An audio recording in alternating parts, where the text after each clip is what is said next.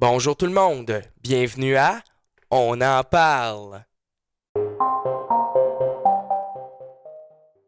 Dans la vidéo d'aujourd'hui, je vais vous parler du scandale des Astros de Houston, vous faire un bref résumé là, des faits et de ce que l'on sait sur le scandale des Astros de Houston.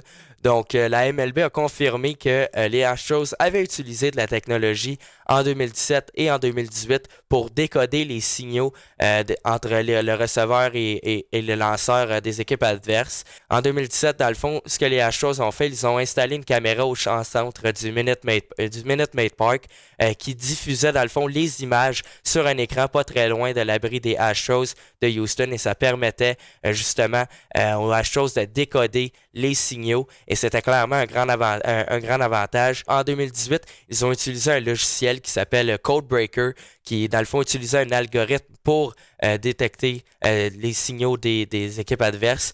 Plusieurs joueurs n'ont pas été satisfaits, dans le fond, du sort qu'ont subi les Astros. C'est sûr, on regarde Pete Rose qui a été puni très sévèrement comparativement aux Astros de Houston qui ont tout simplement qui ont triché pour remporter la série mondiale. Moi, je pense que là, je suis pas d'accord avec la décision de la MLB là-dessus. Je pense que soit on diminue la sentence à Pete Rose, soit on l'augmente celle des Astros de Houston. C'est sûr que là, Pete Rose, là, qui est banni du baseball, qui ne peut pas rentrer au temple de la renommée puisqu'il a parié pour son équipe alors qu'il était un entraîneur-chef. Puis là, après ça, on regarde les Astros de Houston qui ont volé des signaux pour remporter la série mondiale. Là, je trouve pas que ça équivaut. Là, je pense que les Astros auraient dû être pénalisés plus sévèrement. D'ailleurs, Cody Bellinger, qui a remporté le titre du joueur par excellence dans la Ligue nationale, est d'accord avec moi là-dessus. Puis en 2019, dans le fond, le gros point d'interrogation, c'est à savoir si les Astros de Houston ont volé des signaux en 2019. Et selon moi, si tu voles des signaux en 2017, en 2018 et tu ne te fais pas prendre, tu l'utilises à ton avantage, je vois pas pourquoi tu arrêterais de voler des signaux en 2019. Selon moi, les Astros de Houston ont volé des signaux en 2019. C'est d'ailleurs c'est d'ailleurs la raison pour laquelle ils se sont rendus en série mondiale. José Altuve, là, qui a frappé un circuit victorieux pour donner la victoire à son équipe, les diriger vers la série mondiale, ne voulait pas, lorsqu'il a contourné le troisième but, que ses coéquipiers déchirent son chandail, malgré que c'est arrivé à quelques reprises là, auparavant qu'il avait frappé un circuit victorieux et que ses coéquipiers avaient déchiré son chandail. Là, cette fois-ci, il ne voulait pas. Moi, je trouve ça louche. Est-ce qu'il y avait un système de buzzer là, qui était utilisé pour permettre à José Altuve de savoir quel type de lancer allait diriger vers lui? Selon moi, oui, c'est la raison pour laquelle il a été en mesure de frapper la balle par-dessus la clôture.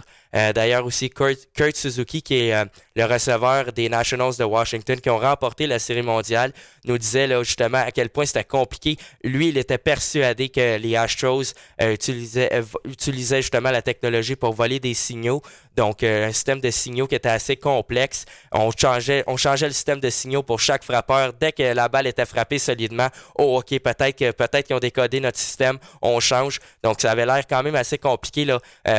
Du côté au niveau du système des signaux des Nationals de Washington qui ont remporté la Série mondiale. Donc, selon moi, il n'y a pas de doute, les Astros de Houston ont utilisé de la technologie en 2019 et je trouve que ça fait juste de la mauvaise publicité pour la MLB. Mais dites-moi ce que vous en pensez dans les commentaires. Puis, likez la vidéo, abonnez-vous à la chaîne. Si jamais vous êtes intéressé, vous pouvez aussi vous procurer notre marchandise sur Instagram, que ce soit sur hugo.côté_ ou encore sur Hugo Sport YouTube. Donc, merci beaucoup et au revoir.